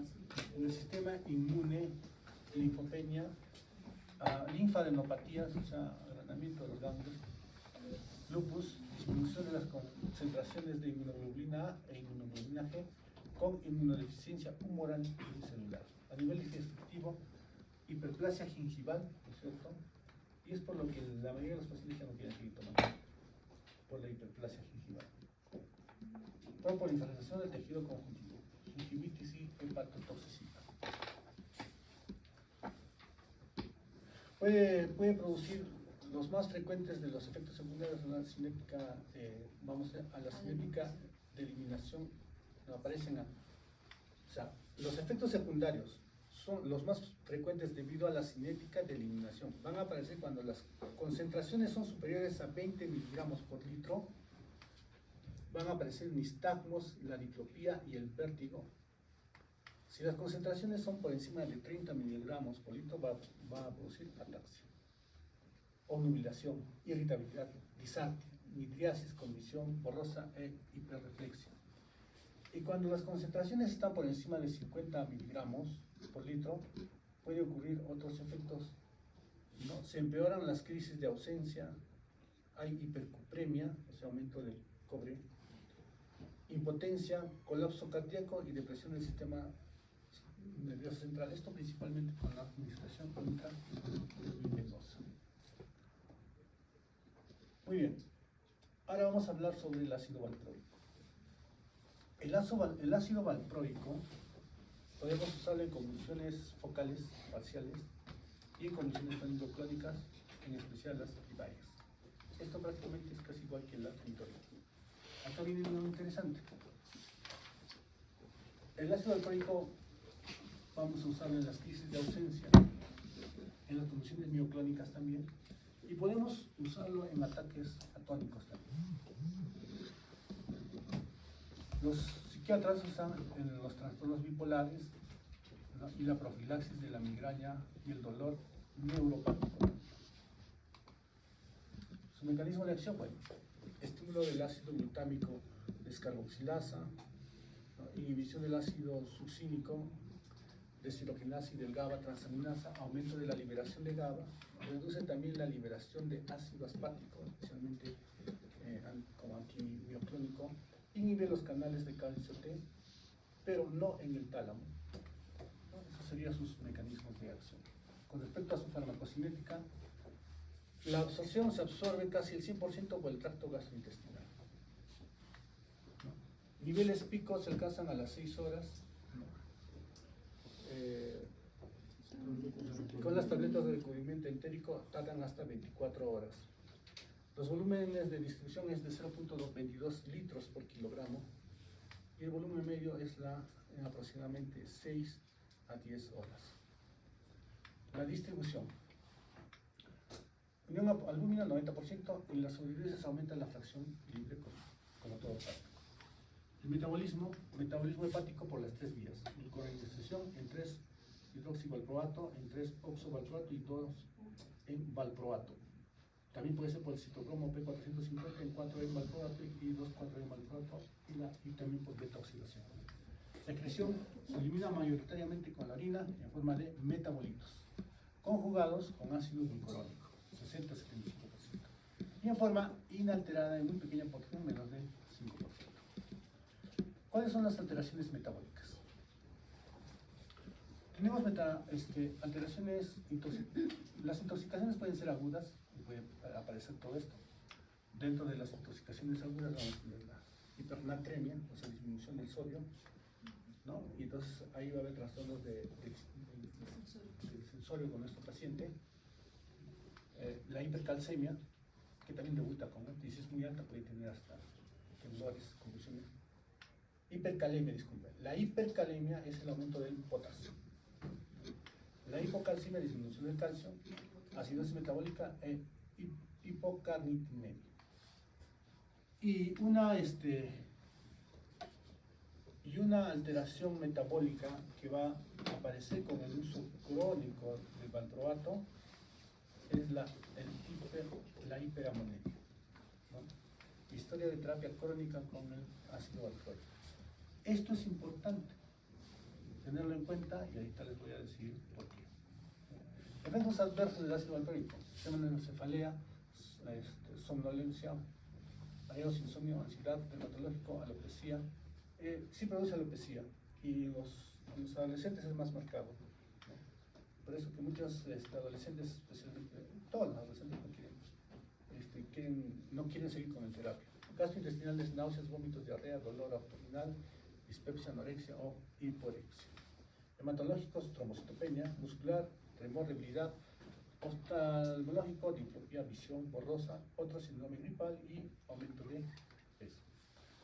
El valproato en el embarazo también es categoría D, ya saben qué cosa es, y va a producir un síndrome fetal por valproato, que se va a caracterizar por epicanto inferior, puente nasal chato, labio inferior grande, boca pequeña, dedos caídos y superpuestos y unas uñas hiperconvexas, microcefalia y deficiencia de crecimiento postnatal. Esto es lo mismo. Ya.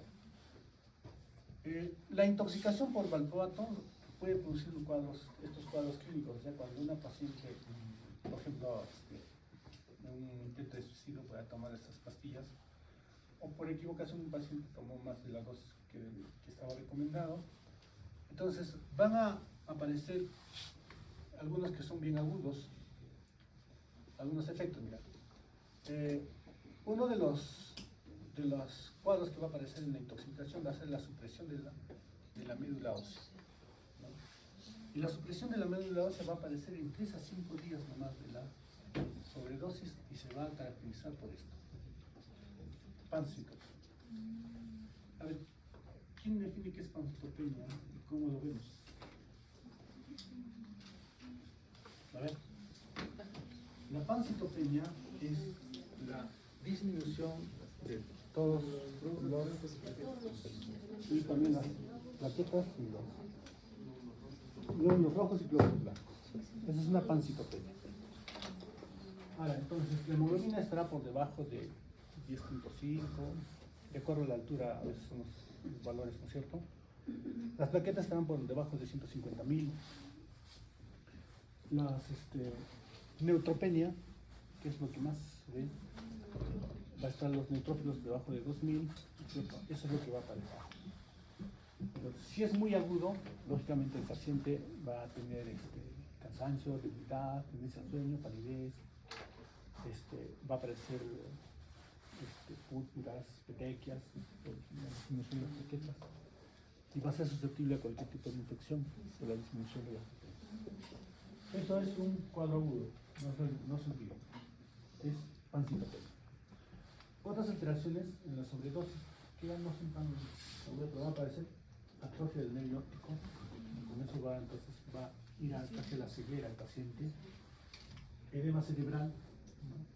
Y el edema cerebral lo que produce es una hipertensión endocraniana, entonces va a haber una cefalea intensa, un trastorno del sensorio del paciente, edema pulmonar no cardiogénico, anuria, y puede provocar páncreas.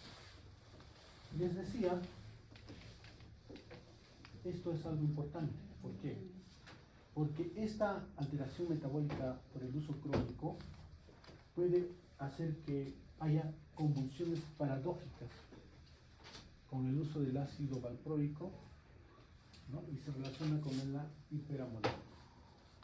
O sea, tu paciente puede estar mucho tiempo con el valproato y controlar sus convulsiones, y después de un momento a otro empieza a aparecer las convulsiones. Es por esto, porque es una alteración metabólica crónica. Interacciones con alcohol: aumenta la actividad depresora del alcohol en el sistema nervioso central. En el ácido acetilsalicílico, o sea, la aspirina, aumenta los niveles séricos de la aspirina, ¿no es cierto? Y si lo estás tomando principalmente como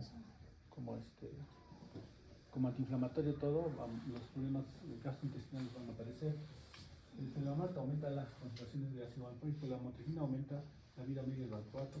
Los barbitúricos, el ácido valproico produce un aumento de los niveles séricos de fenobarbital. El topiramato, la administración concomitante del ácido valproico, topicanato ácido asociado con hiperammonemia. El clonazepam, el uso simultáneo de ácido valproico, el clonazepam puede producir un estado de ausencia. Con la fenitoína aumenta los niveles de la fenitoína, la carbamazepina eleva los niveles de carbamazepina.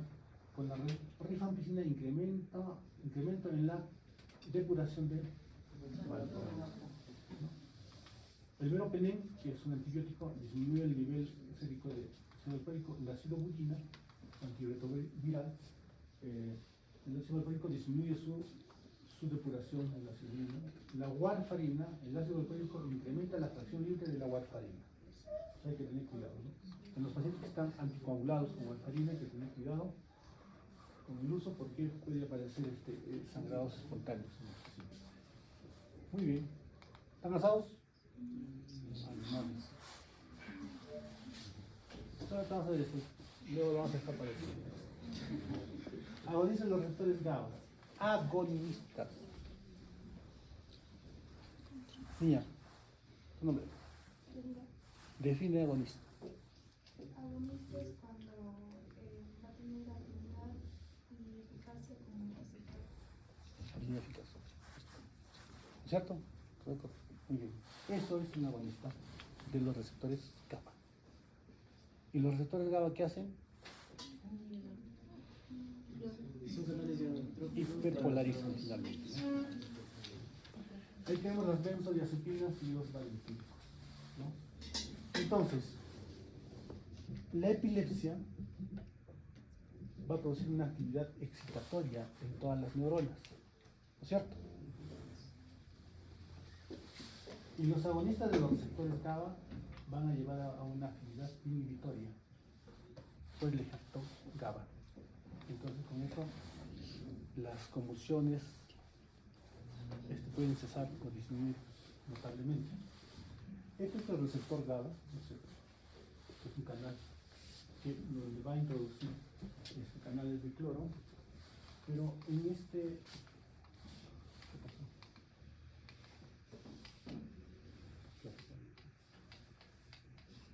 Muy bien. No parece. Bueno, estas son las subunidades que va a tener y son los lugares donde principalmente se va a unir el GABA. Y entonces dentro de las benzodiazepinas vamos a tener el clobazam, el clonazepam, el diazepam y el lorazepam. Esas son las benzodiazepinas. El más conocido es el diazepam. El diazepam es el que usamos en las emergencias, en las urgencias, en el estatus convulsivo, por su efecto de acción. Bueno, esto es su mecanismo de acción, ¿no? Aquí está el GABA, donde se une principalmente el GABA. Este es el canal de cloro, ¿no? Yo les había dicho que un receptor, no todo el receptor es el sitio donde se va a unir el ligando, ¿no es cierto? Y esto pasa con este receptor. Pues tiene diferentes sitios. Acá tiene un lugar donde sí se va a unir el GABA, pero tiene otro lugar donde sí se va a unir la benzodiazepina, pero los dos van a tener el mismo efecto, que va a ser la apertura y el ingreso de los aniones de cloro.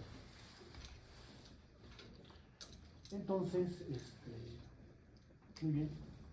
El lorazepam y el diazepam se puede usar en urgencias, pero nosotros usamos el diazepam. El clonazepam y el clobazam, bueno, ya podemos usarlo crónicamente. Estos medicamentos en los pacientes con epilepsia los hay que usar o en la emergencia o como coadyuvantes. O sea, que esté recibiendo un anticonvulsivante de primera o segunda generación y no estamos controlando bien, podemos agregar esto. No se usa solos estos porque no vamos a controlar adecuadamente. Algo va a pasar con mi diapositiva. Y lo voy a corregir. Muy bien, chicos, entonces hasta ahí. La próxima semana nos vemos. Vamos a